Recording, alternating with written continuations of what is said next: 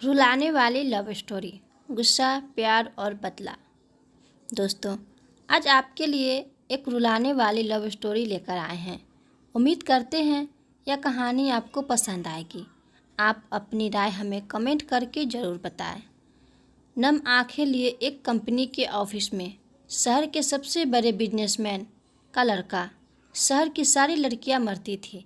Look में वह किसी राजकुमार या हीरो से कम नहीं है।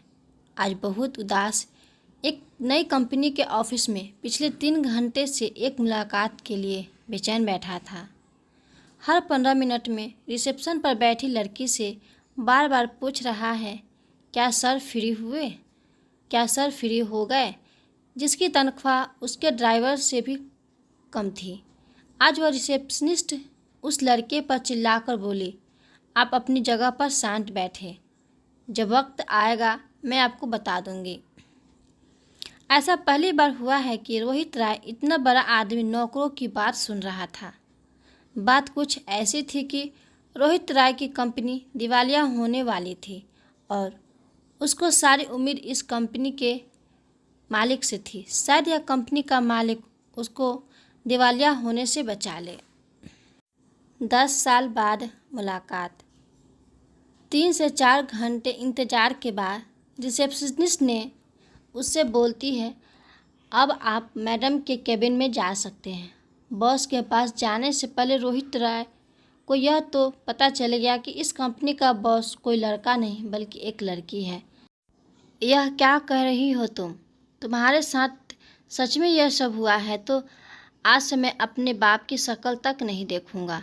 उस रात मेरे साथ क्या हुआ क्या तुमको नहीं पता? जब मैं तुमसे मिलने आ रहा था तब मेरे पिता ने मुझसे मेरी मरी हुई माँ की कसम देकर रोक दिया। मैं चाहकर भी उस दिन तुमसे मिलने नहीं आ पाया। तुमको पता है आज तक मैंने अपने पिता से बात नहीं की। तुमको मालूम नहीं मैंने कितनी कोशिश की तुमको ढूंढने की, कितनी बार मैंने अखबारों में छपवाया। तुमने तो पढ़ा होगा। रोहित इंटरनेट से कुछ पेपर की कटिंग निकाल रितु को दिखाता है। यह सब देखकर रितु के पैर तले जमीन निकल जाती है, क्योंकि गुस्से में जिस आदमी को अपना सबसे बड़ा दुश्मन समझ रही थी, यह सोच कर उसने पिछले 10 साल गुजारे कि रोहित ने उसको धोखा दिया है। आज वह गुस्सा यह सच समझ नहीं पा रहा था। दोनों एक दूसरे से लिपटकर जोर जोर से रोने लगे और दोनों अपने अतीत को याद करने लगे। दोनों की आंखों से आंसू रुक नहीं रहे थे। 10 साल पहले रितु रोहित के ऑफिस में काम करने के लिए आई थी। बिजनेस में बहुत होशियार एक सीधी सी लड़की, जिसको अपने मालिक के लड़के से प्यार हो जाता है। रोहित भी रितु से बहुत प्यार करता है। दोनों एक दूसरे से शादी करने के लिए राजी हो जाते हैं, पर यह बात रोहित के पिता को पता चल जाती है। रोहित और रितु दोनों भागकर शादी करने की तैयारी कर लेते हैं।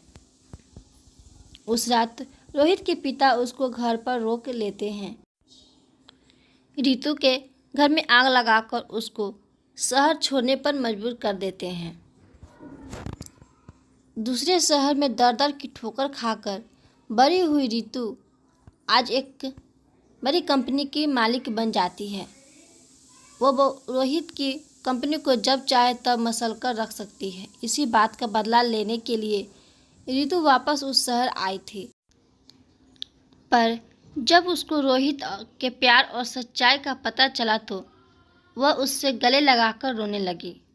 रोहित रितु को लेकर गुस्से में अपने घर जाता है और चिल्लाकर अपने पिता को बुलाता है और कहता है, देखो तुमने क्या किया। रोहित के पिता की आंखों में भी आंसू आ जाते हैं। इतने दिन बाद रोहित ने उससे बात की, गुस्से में ही की। रोहित के पिता हाथ जोड़कर रोहित से माफ़ी मांगी और कहा, मुझे तो पता था यह एक न एक दिन ज़रूर होगा। मैंने बहुत बड़ी गलती की है, हो सके तो मुझे माफ़ कर देना बेटा, पर एक बार यह ज़रूर जान लो कि मैंने ऐसा क्यों किया। मुझे नहीं सुनना, आपने मेरी ज़िंदगी बर्बाद कर दी, रोहित बोला। रितु कहती है, मैं एक बार ज़रूर सुनूंगी, आखिर मेरे घर जलाने की क्या वजह है। रोते हुए रोहित के पिता बोले, तुमको पता है, तुम्हारी माँ और मेरी लव मैरिज थी। हम दोनों भी एक दूसरे को बहुत प्यार करते थे।